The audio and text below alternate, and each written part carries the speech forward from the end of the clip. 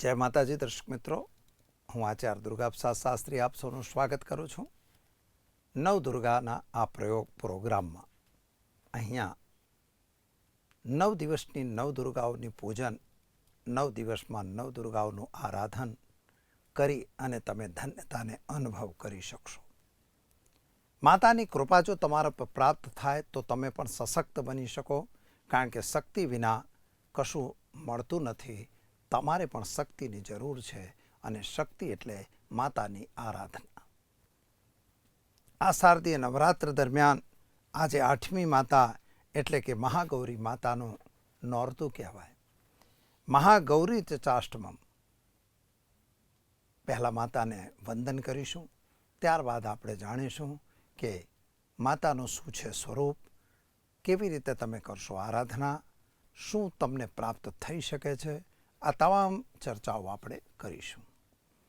ઓમ વિદ્યુત્તામ સમપ્રભા મૃગપતિ સ્કંધસ્થતામ ભીષણામ કન્યાભી કરવાલ ખેટ બિલસદ્ધસ્તા વિરાશેવિતામ હસ્તશ્ચક્રગદેશુ ખેટ વિસ્ખામ ચાપમ ગુણમ તર્જનિમ બિભ્રાણામ મલમાતકામ સસધરામ દુર્ગામ ત્રિનેત્રામ ભજે. આજે માતા દુર્ગા છે, નવદુર્ગા છે. નવદુર્ગાઓની અંદર મહાગૌરી જે ગૌર વર્ણની માતા છે. માતાનું નામ મહાગૌરી કેમ પડ્યું? તો દર્શક મિત્રો, આપણે ચર્ચા કરી હતી. પ્રથમમ શૈલપુત્રી ચ, દ્વિતીયમ બ્રહ્મચારિણી, તૃતીયમ ચંદ્રઘંટેતિ, કુષ્માંડેતિ ચતુર્થકમ, પંચમમ સ્કંદમાતેતિ, ષષ્ઠમ કાત્યાયની ચ, સપ્તમમ કાલરાત્રિતિ મહાગૌરી ચાષ્ટમમ, નવમ સિદ્ધદાત્રી ચ નવદુર્ગા પ્રકીર્તિતા. જ્યાં નવદુર્ગાઓની વાત છે એની અંદર મહાગૌરી અષ્ટમી માતા છે, 8મી માતા કહેવાય છે. એ મહાગૌરી 4 ભુજાવાળી માતા છે. વૃષભ એનું વાહન છે, બળદ ઉપર સવાર કરેલું છે. તમારા શરીરની અંદર જે ભી કોઈ પણ ક્રિયા હોય તો ધર્મ અર્થ કામ મોક્ષની પ્રાપ્તિ અપાવનારી આ માતા છે. માતાને શા માટે પૂજવું? આને મહાગૌરી કેમ નામ પડ્યું? તો જ્યારે તમે શૈલપુત્રી સ્વરૂપે તમે ખરેખર મૂલાધાર ચક્રમાં માતાનું ધ્યાન ધરતા હતા, ધીમે ધીમે માતાનું સ્થાન મણિપુર ચક્રમાં આવે છે. મણિપુર ચક્રમાંથી આજ્ઞા ચક્ર તરફ જાય છે, ત્યારબાદ થ્રોટ ચક્રમાં આવે છે.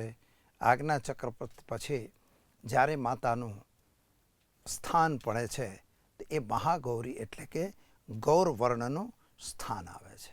કાલરાત્રિ માતા જ્યારે ઉત્પન્ન થાય છે તો કાલરાત્રિ માતા પછી તમારી અંદર એક અલગ પ્રકારનો પ્રભાવ ઉત્પન્ન થાય છે. કાલરાત્રિ માતાનો મતલબ થાય છે મિત્રો કે જ્યારે તમારી શક્તિની પરિષ્ઠા આવે છે, તમારી જે ઉપાસના છે ઉપાસના રંગ લાવે છે.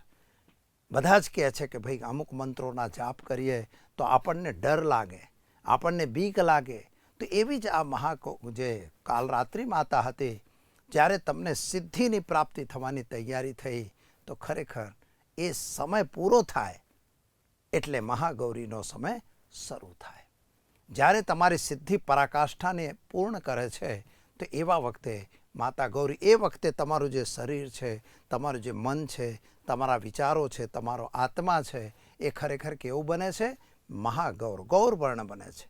સિદ્ધિ કરતાં કરતાં માતા, એના માટેની જે કહાની છે તો પાર્વતી માતાએ જ્યારે અન્નનો ત્યાગ કર્યો, એણે વાયુનો પણ ત્યાગ કર્યો, પાણીનો પણ ત્યાગ કર્યો, અન્ન જળ વાયુ તમામ વસ્તુઓનો ત્યાગ કરી અને શિવની આરાધનામાં લાગ્યા. કારણ મારે શિવની જરૂર છે. બધા લોકો વચ્ચે આવીને એને વિઘ્ન ઊભું કરે છે કે વિષ્ણુ બહુ સારા છે, ફલાણા બહુ સારા છે, બધી વસ્તુ જ.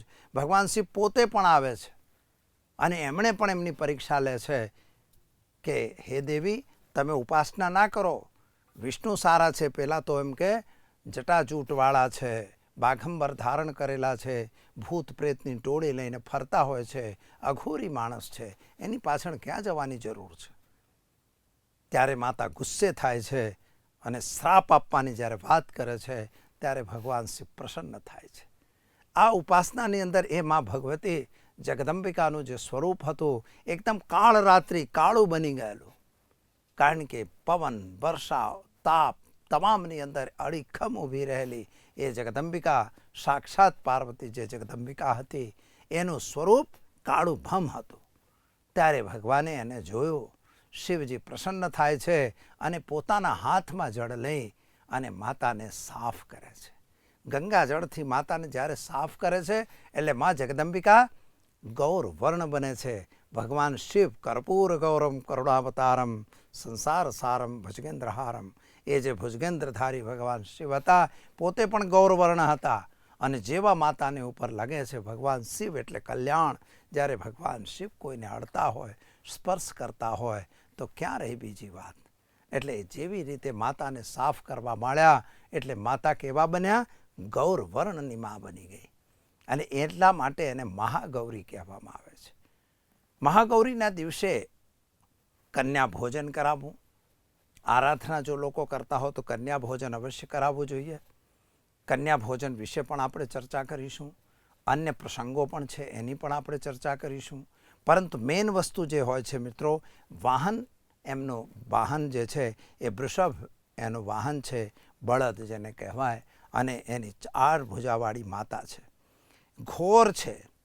નવલ ક્રિયા, નવલી ક્રિયા એટલે જ્યારે તમે પેટની નવલી ક્રિયા કરો છો ત્યારે તમારા શરીરમાંથી જે તમામ કચરો કે મળ હોય એ તમામનો ત્યાગ થાય છે. એટલે ત્યારે તમારું શરીર જે છે એ મહાગૌર સ્વરૂપ બને છે, મહાગૌર રૂપ બને છે અને મહાગૌરીનું સ્વરૂપ બને છે. દર્શક મિત્રો, શિવની પ્રાપ્તિ પણ મહાગૌરી સ્વરૂપે જ માતા ભગવતીને થઈ હતી.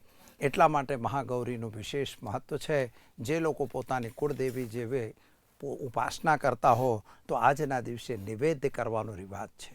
અષ્ટમો ભાવ જે 8મી જે દુર્ગા છે એ નવદુર્ગામાં મહાગૌરી માતા કહેવાય છે. 8મી મહાગૌરી એ રાહુનું પ્રતીક છે.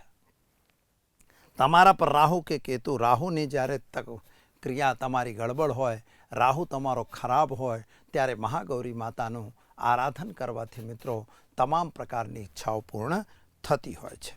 સંપુટ પાઠ કરતા હો કે કોઈ પણ પ્રકારનું પાઠ કરતા હો તો એ વખતે માતાનું આરાધન તમે ખરેખર કરી શકો છો.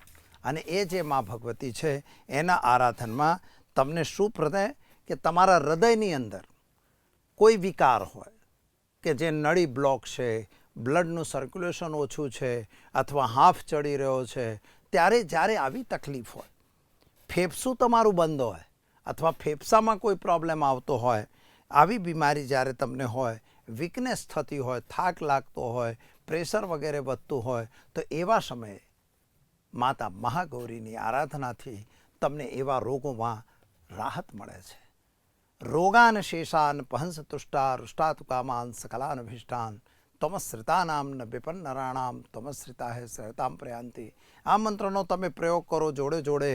ઓમ ત્રયંબકમ યજામહે સુગંધિમ પુષ્ટિવર્ધનમ ઉર્વારુકમેવ બંધનાન મૃત્યુર્મોક્ષીયમામૃતાન. આ બંને મંત્રોનો મિત્રો પ્રયોગ કરો. અવશ્ય કરીને આ તમામ બીમારીમાંથી તમે મુક્ત થઈ શકો છો.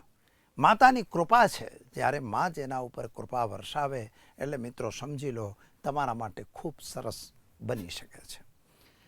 આજે માતાની જે મીઠાઈ છે તો સફેદ તલના મીઠાઈ બનાવવી જોઈએ. તલ સાંકળી વગેરે જે બી બને છે, ગોળથી મિશ્રિત મીઠાઈ બનાવવી જોઈએ. ગોળ અને ઘીનો પ્રયોગ ખાસ કરવો જોઈએ. સૂકા મેવાની અંદર એને અખરોટ અને નાળિયેરનો પ્રસાદ ધરાવી શકાય છે. અને ટોપરા પાક વગેરે જેને કહેવાય છે. માતા જે મહાગૌરી છે, તુલસી એની મેન ઔષધિ છે. ફેફસા કે હૃદયની બીમારી છે, તમને શરદી સળેખમની બીમારી છે તો તુલસીનો પ્રયોગ કરાય જ છે. એટલે એની ઔષધિ તરીકે માતાને સૌથી મહત્ત્વની ઔષધિ છે કઈ? એ તુલસી છે. એટલે એનો પ્રયોગ કરો. મરી, તુલસી એનો પ્રયોગ કરી અને જો પાણીનો પ્રયોગ કરવામાં આવે તો તમને એમાંથી ખૂબ જ સરસ રાહત મળતી હોય છે. માતાની આરાધના જ્યારે તમને આવી કોઈ બીમારી વધારે પડતી આવી હોય તો મિત્રો એક પ્રયોગ અવશ્ય કરવો જોઈએ. અને લાલ કલરનું વસ્ત્ર પાથરી અને એ લાલ કલરના વસ્ત્ર ઉપર તમારે ચોખાની 9 ઢગલીઓ બનાવવાની, 9 પાન સોપારી અને સિક્કા મૂકવાના. સાથે જે દરરોજ આપણે કરીએ છીએ એમાં કંઈ નવું નથી કરતા. અને એની અંદર ટોપરા પાકની 9 મીઠાઈ, અખરોટ એક તમારે ત્યાં મૂકવું જોઈએ. ત્યારબાદ પુષ્પ જે છે, રક્ત કલરના પુષ્પ તમારે માતા નિમિત્તે મૂકવું જોઈએ પૂજા માટે.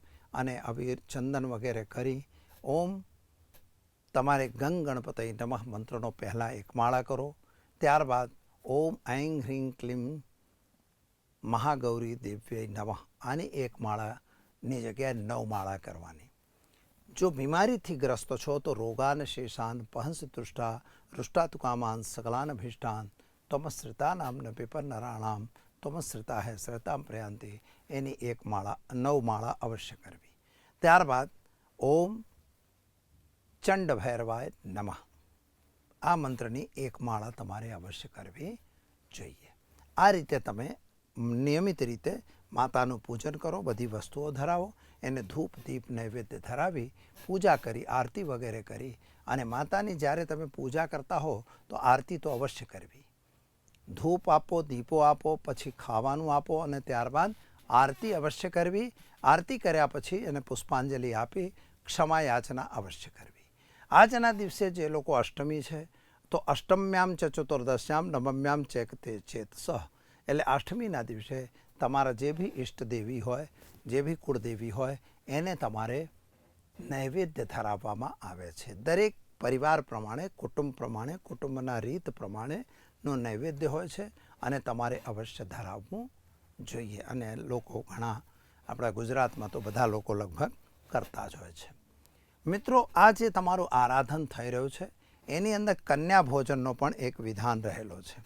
કારણ કે કન્યા ભોજન જે હોય છે એ ખરેખર રાશિ પ્રમાણે જો આપણે જોઈએ તો કન્યા ભોજનની વાત છે તો રાશિ પ્રમાણે મહાગૌરી માતા જે છે એ રાહુ ગ્રહને નું આધિપત્ય જમાવે છે અને રાહુ ગ્રહ તમને મદદરૂપ થાય છે. કન્યા ભોજન કોને કહેવાય? તો માતાઓને કન્યા સ્વરૂપ ગણવામાં આવે છે અને એ માતાઓમાં કન્યાનું પૂજનનો વિધાન રહેલું છે. કન્યા પૂજનની અંદર 2 વર્ષની કન્યાને પૂજન જે કરવામાં આવે છે એને ખવડાવવું જોઈએ, એને કંઈક જમાડવું જોઈએ. એના વિશે પણ એક વિડીયો હું તમને બનાવી આપીશ. પરંતુ અત્યારે 2 વર્ષની, 3 વર્ષ, 2 થી લઈને 10 વર્ષ સુધીની કન્યાઓને ભોજન આપવાનો રિવાજ છે. એની અંદર કુમારી છે, 2 વર્ષની કુમારી કહેવાય, 3 વર્ષની માતા હોય એને ત્રિમૂર્તિ કહેવાય, 4 વર્ષની કન્યાને કાત્યાયની કહેવાય છે, કલ્યાણી કહેવાય છે, 5 વર્ષનીને રોહિણી કહેવાય, 6 વર્ષવાળી હોય એને કાલિકા કહેવામાં આવે છે, 7 વર્ષની જે માતા હોય છે એને ચંદ્રિકા કહેવાય, ચંડિકા, અને 8 વર્ષવાળીને સાંભવી અને 9 વર્ષની કન્યાને મા દુર્ગા કહેવામાં આવે છે. 10 વર્ષની માતાને જે કન્યા હોય એને સુભદ્રા કહેવામાં આવે છે. એમના નામ છે અને દરેકના પોતાના કામ પણ હોય છે.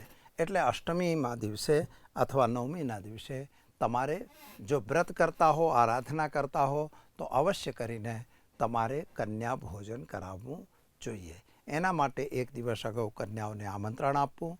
આમંત્રણ આપીને તમારા ઘેર આવે, એને એના નામથી બોલાવવાનું નથી હોતું. આવો દેવીઓ અથવા આવો માતાઓ, બેસો, એને બેસાડવું, પગ ધોવું, એને જમાડવું, કંઈક ઉપહાર એને અવશ્ય આપવું. આપ્યા પછી એને ચાંદલો વગેરે કરી દક્ષિણા આપી અને એ કન્યાઓને પગે લાગી એના માથેથી ચોખા વગેરે લઈ અને તમારે આ વ્રતની સમાપ્તિ કરવી જોઈએ. તો દર્શક મિત્રો, આ તો આપણે જોયું કેવી રીતે અષ્ટમીના દિવસે મા ભગવતીનું પૂજન કરશો અને તમે ધન્યતાનો અનુભવ કરશો. ચાલો આપશો આચાર્ય દુર્ગા પ્રસાદ શાસ્ત્રીની ઇજાજત. નમસ્કાર.